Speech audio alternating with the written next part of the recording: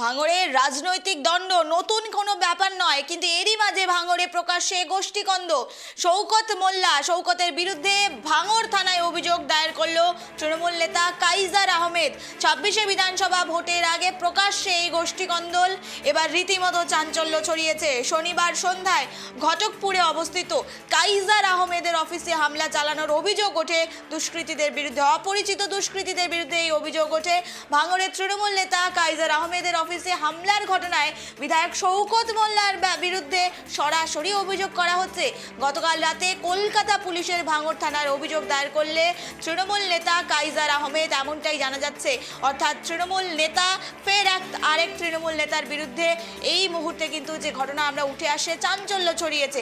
আরো বিস্তারিত জানবো, টেলিফোন লাইনে রয়েছে প্রতিনিধি গোপাল। গোপাল, আমরা যে দেখেছি ভাঙড়ে বারংবার তৃণমূলের গোষ্ঠীকন্দল, এবার একেবারে বিধায়কের বিরুদ্ধে এই অভিযোগ, কি জানা যাচ্ছে গোপাল?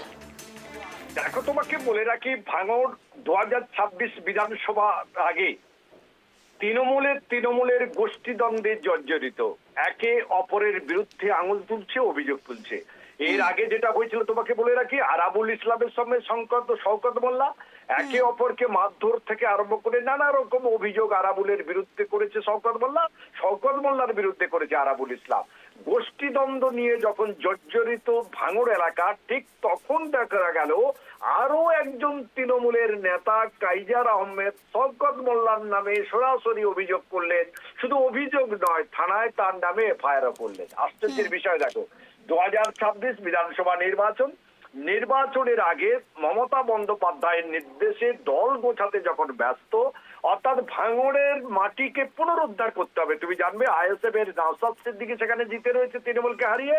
যখন 2026-এ সেটা জেতার শব্দ দেখছে তৃণমূল, তখন কিন্তু একের পর এক তৃণমূলের গোষ্ঠীদ্বন্দ্ব সামনে আসছে। কাইজার আহমেদের গত শনিবার রাতে তার যে পার্টি অফিস ছিল, পার্টি অফিসে দেখা গেছে মমতা বন্দ্যোপাধ্যায়, অভিষেক বন্দ্যোপাধ্যায় থেকে একাধিক তৃণমূল নেতৃত্বের ছবি ছিল, সেখানে কাগজপত্র ছিল। রাতের অন্ধকারে কোনো এক দুষ্কৃতীরা তার সেই মমতা বন্দ্যোপাধ্যায়, অভিষেক বন্দ্যোপাধ্যায় ছিঁড়ে ভেঙে ফেলে কাগজ লুটপাট করে বলে অভিযোগ ওঠে। শেষ পর্যন্ত দেখা যায় কেঁচো খুঁড়তে কেউটে কাইজার আহমেদ জানতে পারে তৃণমূলের অর্থাৎ বিধায়ক শওকত মোল্লার নেতৃত্বে তার দলে তার যারা সাঙ্গপাঙ্গ আছে তারা করেছে। গোপাল, জানতে চাইবো তোমার থেকে, ভাঙড়ে কি বলা যেতে পারে এবার ভাঙড়ে তৃণমূল ভাঙতে চলেছে? বারংবার এই গোষ্ঠীকন্দল তৃণমূলকে কতটা চাপে ফেলে দিতে পারবে? দেখো, তোমাকে বলি, তখন কিন্তু ভাঙড়ে গোষ্ঠীদ্বন্দ্ব ছিল না, তখন নওশাদ সিদ্দিকী তৃণমূলকে হারিয়েছিল। আবার এবারে কিন্তু একদম গোষ্ঠীদ্বন্দ্ব, সেই গোষ্ঠীদ্বন্দ্ব নিয়ে জর্জরিত তৃণমূল। তবে শওকত মোল্লা কোনো কথা বলতে রাজি হয়নি, পরিষ্কারই বলেছেন আইনের পথে চলবে। এবং এদিকে কাইজার বলেছেন, তিনিও কিন্তু দিদিকে জানিয়েছেন, সবাইকে জানিয়েছেন, এফআইআর করেছেন। তিনি চাইছেন ভাঙড়টা পুনরুদ্ধার করা হোক, অথবা ভাঙড়ে সংগঠনটা ঠিক জোরদার থাকুক। গোপাল, আরেকটি বিষয় জানতে চাইবো, তুমি যেমনটা বললে একে অপরের বিরুদ্ধে এই মুহূর্তে অভিযোগ করা হচ্ছে, সেক্ষেত্রে মুখ্যমন্ত্রী মমতা বন্দ্যোপাধ্যায় বা তৃণমূলের অন্যান্য যারা নেতারা রয়েছেন তাদেরকে বিষয়টি জানানো হয়েছে। কিন্তু গোপাল, এখানে প্রশ্ন উঠছে, বারংবার তৃণমূলের এই গোষ্ঠী কন্দল এবার তৃণমূলকে যতটা চাপে ফেলে দেবে, ততটাই তো বিজেপির কাছে এবার বাড়তি ডিভিডেন্ড হয়ে যাচ্ছে এই ঘটনাগুলো। গোপাল, দেখো, তোমাকে বলি, ভাঙড়ে কিন্তু বিজেপি কোনো ফ্যাক্ট নয়, ওরা কিন্তু একদম লাস্ট পজিশনে ওখানে রয়েছে। কারণ তুমি জানবে, সংখ্যালঘু সম্প্রদায়ের মানুষের বাস রয়েছে বেশিরভাগ, একদম সেট ভার্সেস মতো। সেখানে কিন্তু দেখা যাচ্ছে আইএসএফ কিন্তু ওখানে বিশাল সংগঠন তাদের রয়েছে। কারণ তুমি দেখবে বাজে বারে তৃণমূলকে পাল্টা দিচ্ছে কিন্তু আইএসএফ। আগে আমরা সবসময় শুনছিলাম শাসক দলের লোকদের মারধর করছে আইএসএফ কে, অভিযোগ উঠছিল। এবার কিন্তু একবার উলট পুরাণ হয়েছে, এই যে 2-3 বার করে অভিযোগ হলো আইএসএফ মারছে তৃণমূলকে। এই যে ঘটনাটা থেকে মনে করা হচ্ছে ওখানে আইএসএফ আস্তে আস্তে ঘোলা জলে আরো মাছটা ধরার চেষ্টা করছে, এবং 2026 বিধানসভা নির্বাচনের আগে তৃণমূলকে বার্তা দিচ্ছে যে তারা আবার হয়তো পুনর আসবে। বেশ গোপাল, তাহলে বলা যায় যে ভাঙড়ে এবার তৃণমূলের যে মাটি, সেই ভিটে মাটি এই মুহূর্তে নড়বড়ে, সেক্ষেত্রে আইএসএফ এই মুহূর্তে শক্তপোক্ত করে নিচ্ছে নিজেকে এই ঘটনাগুলির ভিত্তিতে। গোপাল, একদম তুমি যেটা বলেছো, কারণ আইএসএফ এর মাটি সবসময় শক্ত ওখানে ছিল। তার মধ্যে বহু আইএসএফ কর্মী কেস কাচারি খেয়েছে, বহু জেলে গেছে।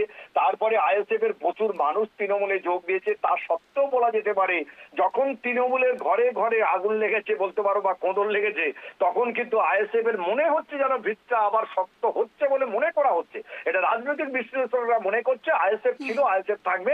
কিন্তু যাই বলো না কেন, তৃণমূলও নাছর বান্দা, অর্থাৎ শওকত মোল্লা অবজারভার রয়েছে ভাঙড়ের, তার একদম উক্তি যে কোনো অবস্থায় সে জিতবে। এমনকি তুমি জানবে সোশ্যাল মিডিয়ায় ইতিমধ্যে শওকত মোল্লা চ্যালেঞ্জ করেছে যে ওখানে সে জিতে দেখাবে এবং প্রচুর পরিমাণে ভোটে আইএসএফ কে হারাবে। এখন দেখার 2026 নির্বাচনের পর কি হয়।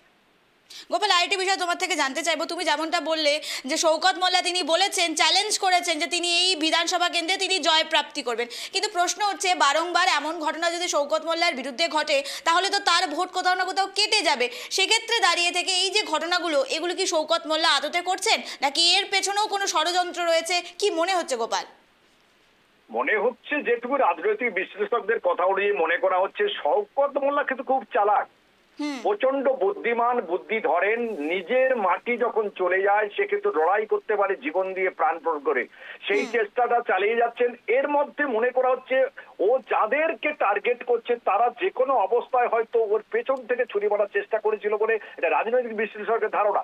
কিন্তু যাই হোক না কেন, এই যে আরাবুল, এই যে কাইজার চলে গেল বা তার বিরুদ্ধে যাচ্ছে, তারা কি একত্রিত হবে? ভোটের আগে যদি একত্রিত হয় তাহলে সংগঠনটা জোর হবে, না হলে কিন্তু লড়াইটা খুব কঠিন লড়াই আছে বলে মনে করা হচ্ছে। বেশ, ধন্যবাদ গোপাল আমাদের সঙ্গে থাকার জন্য। আমরা নজর রাখছিলাম দক্ষিণ 24 পরগনা, যেখানে শওকত মোল্লার বিরুদ্ধে এবার অভিযোগ উঠল তৃণমূলের পার্টি অফিস ভাঙার। এমনই অভিযোগ কিন্তু ইতিমধ্যেই সরগরম রয়েছে দক্ষিণ 24 পরগনা, যেখানে ভাঙড়ে আমরা দেখতে পাচ্ছি আইএসএফ নিজের মাটিকে শক্ত করে নিচ্ছে নির্বাচনের আগে। সেখানে কোথাও না কোথাও দেখা যাচ্ছে ভাঙড়ে ধীরে ধীরে ভাঙতে শুরু করেছে তৃণমূল।